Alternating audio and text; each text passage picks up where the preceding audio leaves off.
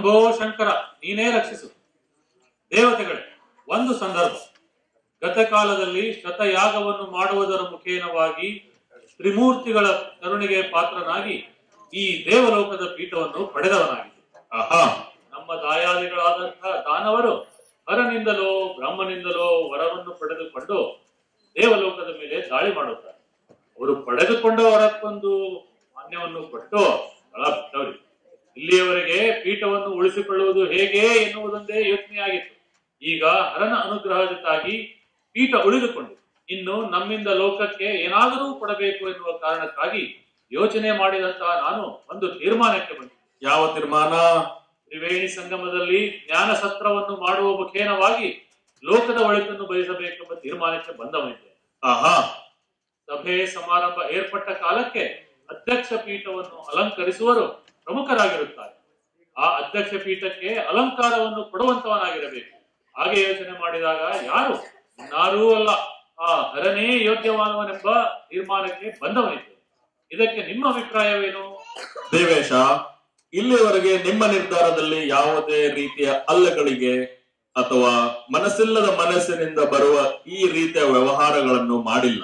ಆಹಾ, ಈಗಲೂ ನೀವು ಲೋಕದ ಒಳಿತಿಗಾಗಿ ಮಾಡುತ್ತಿರುವ ಧ್ಯಾನ ಸತ್ರಕ್ಕೆ ಸದಾ ನಮ್ಮ ಬೆಂಬಲ ಉಂಟು.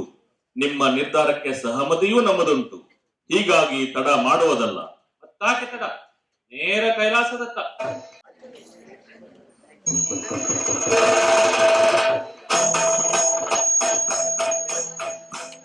ಹರ ಹರ ಮಹಾದೇವ. ಸುರೇಶ, ದೇವತೆಗಳೆಲ್ಲ ಒಟ್ಟಾಗಿ ನನ್ನನ್ನು ಕಾಣಬೇಕೆಂದು ಬಂದೀರಿ. ಶಿವನ ದರ್ಶನ ಯಾಕೆ ಅಂತ ದೇವರು ಕೇಳಬಾರದು. ಎಷ್ಟು ಹೊತ್ತಿಗೂ ಭಕ್ತರು ಬರಬಹುದು. ಭಕ್ತರ ಜನಸಂಖ್ಯೆ ಹೆಚ್ಚಾದರೆ ದೇವರು ಸಂತೋಷ ಪಡುತ್ತಾನೆ. ಅದರಲ್ಲಿಯೂ ನಾನು ಬಹಳ ಸಂತೋಷ ಪಡುತ್ತೇನೆ. ನಿರ್ಜರಾಯ, ನನ್ನಲ್ಲಿ ಬರುವುದಕ್ಕೆ ಕಾರಣ ಇರದಿರಲು ಸಾಧ್ಯವಿಲ್ಲ. ಯಾವುದೋ ಉದ್ದೇಶವಿರಬೇಕು. ಅವರೆಲ್ಲ ಮುಖವನ್ನು ನೋಡ್ತಾ ಇದ್ದೇನೆ, ಹರ್ಷಚಿತ್ತರಾಗಿದ್ದಾರೆ. ಅವರೆಲ್ಲ ನನಗೆ ನಮಸ್ಕರಿಸಿ ನಿನ್ನನ್ನು ನೋಡ್ತಾ ಇದ್ದಾರೆ. ಹೌದು, ನೀನು ನನ್ನ ನೋಡ್ತಾ ಇದ್ದೀಯಾ, ಅವರು ನಿನ್ನ ನೋಡ್ತಾ ಇದ್ದಾರೆ. ಹಾಗಾಗಿ ಮುಂದೇನು ಎಂದು ಹೇಳುವುದಕ್ಕೆ ಅವಕಾಶ ಎಂಬ ಭಾವ ನಿನ್ನ ಮುಖದಲ್ಲಿ ಪ್ರಕಟವಾಗುತ್ತಿದೆ. ಅದಕ್ಕಾಗಿ ಕಾಯ್ತಾ ಇದ್ದೇನೆ. ಹೇಳು ಹೇಳು. ಈಗ ನಾನು ಹೊಸದೊಂದು ಯೋಚನೆಯನ್ನು ಮಾಡಿದವನಿದ್ದೇನೆ. ಏನಯ್ಯ ಅದು? ಇಲ್ಲಿಯವರೆಗೆ ಪೀಠವನ್ನು ಭದ್ರಪಡಿಸಿಕೊಳ್ಳುವುದು ಹೇಗೆ ಎನ್ನುವುದೊಂದು ಯೋಚನೆ ಆಗಿತ್ತು. ಆ ಪೀಠವನ್ನು ಭದ್ರಪಡಿಸಿದವರು ನೀವಿದ್ದೀರಿ. ಈಗ ಯೋಚನೆ ಮಾಡಿದ್ದು ಲೋಕದ ಒಳಿತಿಗಾಗಿ. ಇಲ್ಲಿಯವರೆಗೂ ನನ್ನಿಂದ ಏನನ್ನೂ ಕೊಡುವುದಕ್ಕಾಗಲಿಲ್ಲ. ಇನ್ನು ಮುಂದಾದರೂ ಏನಾದರೂ ಕೊಡಬೇಕು ಎನ್ನುವ ಹಾಗೆ ಯೋಚನೆ ಮಾಡಿದಂತಹ ನಾನು ತ್ರಿವೇಣಿ ಸಂಗಮದಲ್ಲಿ ಮನು ಮುನಿಗಳನ್ನು ಒಂದುಗೂಡಿಸಿ ಜ್ಞಾನ ಸತ್ರವೊಂದನ್ನು ಏರ್ಪಾಡು ಮಾಡಬೇಕು ಅಂತ. ಜ್ಞಾನ ಸಮ್ಮೇಳನ? ಹೌದು. ಇಲ್ಲಿವರೆಗೆ ಬರುವ ಉದ್ದೇಶ ಅಧ್ಯಕ್ಷ ಪೀಠವನ್ನು ಏರುವನು ಯಾರು ಎನ್ನುವ ಹಾಗೆ ಪ್ರಶ್ನೆ ಹುಟ್ಟಿಕೊಂಡಾಗ ಜ್ಞಾನೇಶ ಆದಂತ ನೀನೇ ಯೋಗ್ಯ ಎಂಬ ತೀರ್ಮಾನಕ್ಕೆ ಬಂದವರಾಗಿದ್ದೆ. ದೇವರೇ, ಆ ಅಧ್ಯಕ್ಷ ಪೀಠಕ್ಕೆ ಒಂದು ಅಲಂಕಾರವನ್ನು ಕೊಡಬೇಕು ಎಂಬುದಾಗಿ ಕೇಳಿಕೊಳ್ಳುತ್ತೇವೆ. ದೇವೇಶ, ಇಂದು ಮೆಚ್ಚಿದೆ ನಿನ್ನ ಭಕ್ತಿಗೆ. ಸಂತೋಷವಾಯಿತು, ಹರುಷವಾಯಿತು. ಧರ್ಮ ಸಮ್ಮೇಳನ, ಜ್ಞಾನ ಸತ್ರ, ಬದುಕಿನಲ್ಲಿ ಜೀವನದಲ್ಲಿ ಯಾವುದು ಮುಖ್ಯ, ಧರ್ಮವನ್ನು ಹೇಗೆ ಪಾಲಿಸಬೇಕು, ಯಾರಿಗೆ ಯಾವ ಧರ್ಮ ಬದುಕಿನಲ್ಲಿ ಯೋಗ್ಯ, ಇದನ್ನು ವಿಚಾರಿಸಿ ಯೋಚಿಸಿ ತರ್ಕಿಸಿ ಸಿದ್ಧಾಂತಕ್ಕೆ ಬರುವುದಕ್ಕೆ ಒಂದು ವೇದಿಕೆ ಸಿದ್ಧವಾಗಿ ನಿಂತಿದೆ.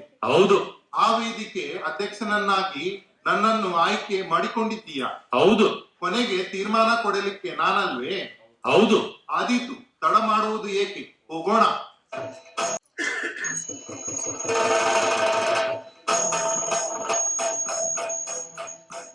ಸುರೇಂದ್ರ, ದೇವರೇ, ಬಂದು ಸೇರಬೇಕಾದವರು ಸೇರಿದ್ದಾರೆ. ಹೌದು. ಆದರೆ ಸಭಾ ಕಾರ್ಯಕ್ರಮಗಳು ಈ ಉದ್ದೇಶಗಳೇನು ಎಂದು ಬಂದವರಿಗೆ ಸ್ಪಷ್ಟ ತಿಳಿಯಲೇಬೇಕು. ತಿಳಿಯದೆ ಬಂದವರು ಯಾರೂ ಇಲ್ಲ. ಆದರೂ ಕಾರ್ಯಕ್ರಮ ಇಂಥದ್ದು ಎಂದು ಹೇಳುವುದು ನಮ್ಮ ಕರ್ತವ್ಯ. ಹಾಗಾಗಿ ಎರಡು ಮಾತು. ಜ್ಞಾನಿಗಳು, ಸುಜ್ಞಾನಿಗಳು, ಪಂಡಿತರು, ವಿಜ್ಞಾನಿಗಳು, ಶ್ರೇಷ್ಠರು, ಋಷಿಮುನಿಗಳು, ದೇವತೆಗಳು, ಸಿದ್ಧರು, ಸಾಧುಕರು, ಗರುಡರು, ಕಿನ್ನರು, ಸಂಪೂರ್ಣರು ಎಲ್ಲರೂ ಈ ಸಭೆಯಲ್ಲಿ ಸೇರಿದ್ದಾರೆ. ನಿಜವಾಗಿ ಕಣ್ತುಂಬುತ್ತದೆ. ಏನೇ ಇರಲಿ, ಈಗ ಎಲ್ಲರೂ ಶಾಂತಚಿತ್ತರಾಗಿ ಬಂದು ಕುಳಿತುಕೊಂಡಿದ್ದಾರೆ. ಬಂದ ಜ್ಞಾನಿಗಳೆಲ್ಲ ಈ ಧರ್ಮದ ವಿಷಯದಲ್ಲಿ ಮಾತನಾಡುವವರು ಇದ್ದಾರೆ. ಮೇಲ್ನೋಟಕ್ಕೆ ನಾನೊಂದು 4 ಮಾತು ಹೇಳುತ್ತೇನೆ. ಧರ್ಮ ಎಂದರೇನು? ಹಿಂಸೆ ಮತ್ತು ಅಹಿಂಸೆ. ಹಿಂಸಿಸಿಯೇ ಬದುಕುವುದು ವರ್ಗ ಯಾವುದು? ಅದು ಪ್ರಾಣಿ ವರ್ಗ ಅಲ್ವಾ? ಕೀಟವನ್ನು ತಿಂದು ಕಪ್ಪೆ ಬದುಕುತ್ತದೆ, ಕಪ್ಪೆಯನ್ನು ತಿಂದು ಹಾವು ಬದುಕುತ್ತದೆ, ಹಾವನ್ನು ತಿಂದು ಹದ್ದು ಬದುಕುತ್ತದೆ, ಹದ್ದನ್ನು ತಿಂದು ಗರುಡ ಬದುಕುತ್ತದೆ. ಹಾಗಿದ್ದರೆ ಇದೆಲ್ಲ ಪ್ರಾಣಿಯ ಧರ್ಮ ಬದುಕಿಗೆ, ಮನುಷ್ಯರಿಗೆ ಆದಾವ? ಧಾರಣೆಗೆ ಯೋಗ್ಯವಾದದ್ದು ಧರ್ಮ. ಹಾ, ಅಹಿಂಸೆ ಧರ್ಮ ಎಂದರೇನು? ಉದ್ದೇಶಪಟ್ಟು ಪ್ರಾಣಿ ಹಿಂಸೆಯೋ ಮನುಷ್ಯನ ಹಿಂಸೆಯೋ ಮಾಡಿ ಬದುಕುವುದು ಅದು ಧರ್ಮವಲ್ಲ. ಹಾಗಿದ್ದರೆ ಬದುಕಿನಲ್ಲಿ ಯಾವ ರೀತಿಯ ವರ್ಗಕ್ಕೆ ಸಂಬಂಧಪಟ್ಟ ಧರ್ಮದ ಆಚರಣೆ, ನಡತೆ ಧರ್ಮವನ್ನು ರಕ್ಷಿಸಿದಾಗ ಧರ್ಮ ನಮ್ಮನ್ನು ರಕ್ಷಿಸುತ್ತದೆ. ಧರ್ಮದ ಖಂಡಿತವಾದಂತ ಸಿದ್ಧಾಂತ ಏನು? ಆ ಪರಮ ಸತ್ಯವನ್ನು ತಿಳಿದುಕೊಳ್ಳುವುದಕ್ಕೆ ಇದು ವೇದಿಕೆ. ಹಾಗಾಗಿ ಇದನ್ನ ಇನ್ನಿಲ್ಲಿ ವಿಮರ್ಶಿಸುವವರಿಗೆ, ತರ್ಕಿಸುವವರಿಗೆ ಬಿಡೋಣ. ಅವರವರ ಅಂಬೋಣವನ್ನು ಹೇಳುವುದಕ್ಕೆ ಅವಕಾಶ. ಕುಳಿತುಕೊಳ್ಳಿ. ದಕ್ಷಾಧಿಪತಿಗಳೇ ನಮೋ ನಮಃ. ಆಹಾ, ಇದು ಸಭೆಯೋ ಸಮುದ್ರವೋ? ಓಹೋಹೋ, ಎಂತೆಂತವರೆಲ್ಲ ಸೇರಿದ್ದಾರೆ. ಪಂಡಿತರು, ಶ್ರೀಮಂತರು, ಧೀಮಂತರು, ಮಹಾವಿಜ್ಞಾನಿಗಳು. ಬೇಕು ಜ್ಞಾನ ಸತ್ರಕ್ಕೆ ಇಂಥದೊಂದು ಸಭೆ. ಆಹಾ, ಆ ಕಡೆ ಒಬ್ಬರು ನನ್ನನ್ನು ಪರಿಚಯಿಸುತ್ತಿದ್ದಾರೆ. ಈಗ ಬಂದವರು ಸಾಮಾನ್ಯರಲ್ಲ, ದಕ್ಷ ಮಹಾಶಯ ಎಂದು. ಬಂದ ವ್ಯಕ್ತಿ ಕಡಿಮೆಯವರಲ್ಲ, ದಾಕ್ಷಾಯಿಣಿ ಅಂತ ಮಗಳನ್ನು ಪಡೆದ ಮಹಾಶಯ ಎಂದು. ಅದು ಹೌದು, ನೀವು ಹೇಳಿರುವ ಮಾತು ಸತ್ಯವೇ. ಕುಳಿತುಕೊಳ್ಳಿ. ಇಂದ್ರ, ಅಗ್ನಿ, ವಾಯು, ವರುಣ, ಈಶನೇ ಕುಳಿತಿದ್ದಾನೆ. ಎದ್ದು ನಮಸ್ಕರಿಸಲಿಲ್ಲ. ಅಬ್ಬಬ್ಬಾ, ಈಗ ಉಂಟೆ ಈಶನಿಗೆ ಸಭೆ. ನಾನು ಬಂದ ಕ್ಷಣ ಎದ್ದು ನಿಂತು ನನ್ನನ್ನು ಗೌರವಿಸುತ್ತಿದೆ. ಸಭೆಯಲ್ಲಿ ಕುಳಿತಿರುವಂತ ಎಲ್ಲಾ ವ್ಯಕ್ತಿಗಳು ಎದ್ದು ನಿಂತು ನಮಸ್ಕರಿಸಿ ನಮ್ಮ ಶುಭಾಶೀರ್ವಾದಗಳನ್ನು ಪಡೆದು ನಮ್ಮ ಪ್ರಸನ್ನತೆಯನ್ನು ಸಾಧಿಸಿ ಅಲ್ಲಲ್ಲಿಯೇ ಕುಳಿತುಕೊಳ್ಳುತ್ತಿದ್ದಾರೆ. ಆದರೆ ಒಬ್ಬ ಮಾತ್ರ ಎಳೆದೆ ಕುಳಿತಿದ್ದಾನಲ್ಲ, ಯಾರದು? ಅವ ಈಶಾ. ಯಾರೋ ಹೇಳಿದ್ರು ಇವನಿಗೆ ಈಶಾ ಎಂದು. ಅದೇ ತಲೆಗೆ ಹತ್ತಿದೆ ಅಂತ ಕಾಣುತ್ತದೆ. ಅಲ್ಲದೆ ಹೋದರೆ ಆತ ಒಬ್ಬ ಎದ್ದು ನಿಂತು ನನ್ನನ್ನು ಗೌರವಿಸಲಿಲ್ಲ, ನನಗೆ ನಮಸ್ಕರಿಸಿ ಅಲ್ಲೇ ಕುಳಿತುಕೊಳ್ಳಬಹುದಿತ್ತು. ಹಾಗೆ ಮಾಡಲಿಲ್ಲ. ಯಾಕೆ? ಈಶಾ ತಾನೆಂಬ ಅಹಂಕಾರ.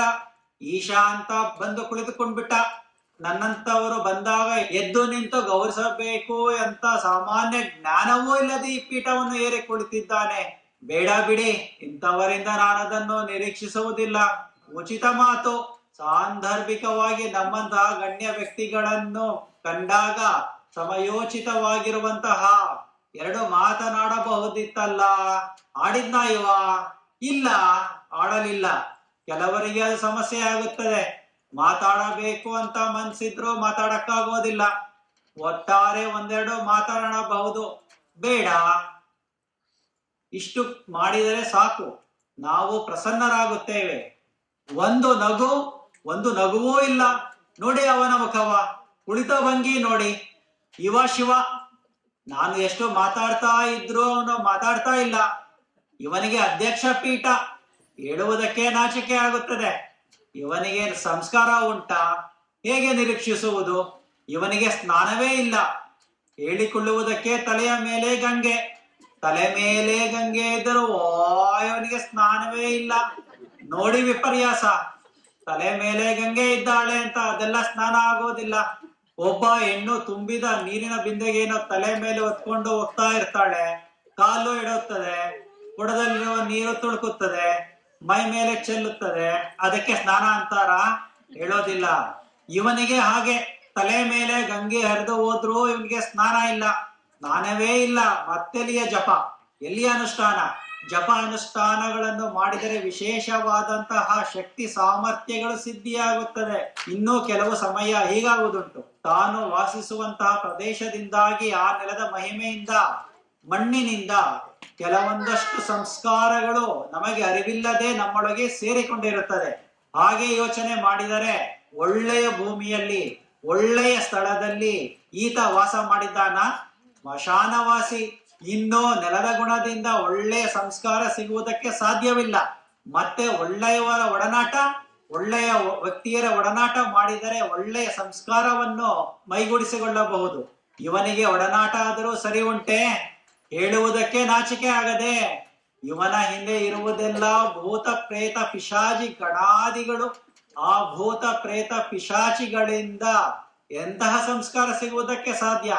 ನೋಡಿ ಅವನ ಮೈ ತುಂಬಾ ಬೂದಿ. ಅದಕ್ಕೆಲ್ಲ ನಾವು ಭಸ್ಮ ಅಂತ ಹೇಳೋದಿಲ್ಲ. ಮೈ ತುಂಬಾ ಬೂದಿಯನ್ನು ಲೇಪಿಸಿಕೊಂಡಿದ್ದಾನೆ ಅಂದ್ರೆ ದೊಡ್ಡ ಶಬ್ದ ಆಗುತ್ತದೆ. ಹೊಸದುಕೊಂಡಿದ್ದಾನೆ, ಬಡಿದುಕೊಂಡಿದ್ದಾನೆ ಎಂದು ಹೇಳಬಹುದು. ಮತ್ತೆ ಅವನ ಕೊರಳಲ್ಲಿ ಎಂತದೋದು ಹಾವು, ವಿಷಪೂರಿತವಾಗಿರುವಂತಹ ಸರ್ಪ, ನಾಗ, ಅದನ್ನ ಕೊರಳಿಗೆ ಸುತ್ತಿಕೊಂಡಿದ್ದಾನೆ. ಅವನಿಗೆ ಆಭರಣವಂತೆ ನಾಗಾಭರಣ ಅಂತ ಪ್ರಚಾರ. ಆ ಹಾವು ಅವನಿಗೆ ಕಚ್ಚುವುದಿಲ್ಲ. ಯಾಕೆ ಕಚ್ಚಲ್ಲ? ಹಾವಿಗೆ ಗೊತ್ತುಂಟು ಕಚ್ಚುವುದಕ್ಕೆ ಇವ ಒಬ್ಬ ಜನ ಅಲ್ಲ ಅಂತ. ಇವನು ನನ್ನ ಅಳಿಯ ಎಂದು ಹೇಳಿಕೊಳ್ಳುವುದಕ್ಕೆ ನನಗೆ ನಾಚಿಕೆ ಆಗುತ್ತದೆ.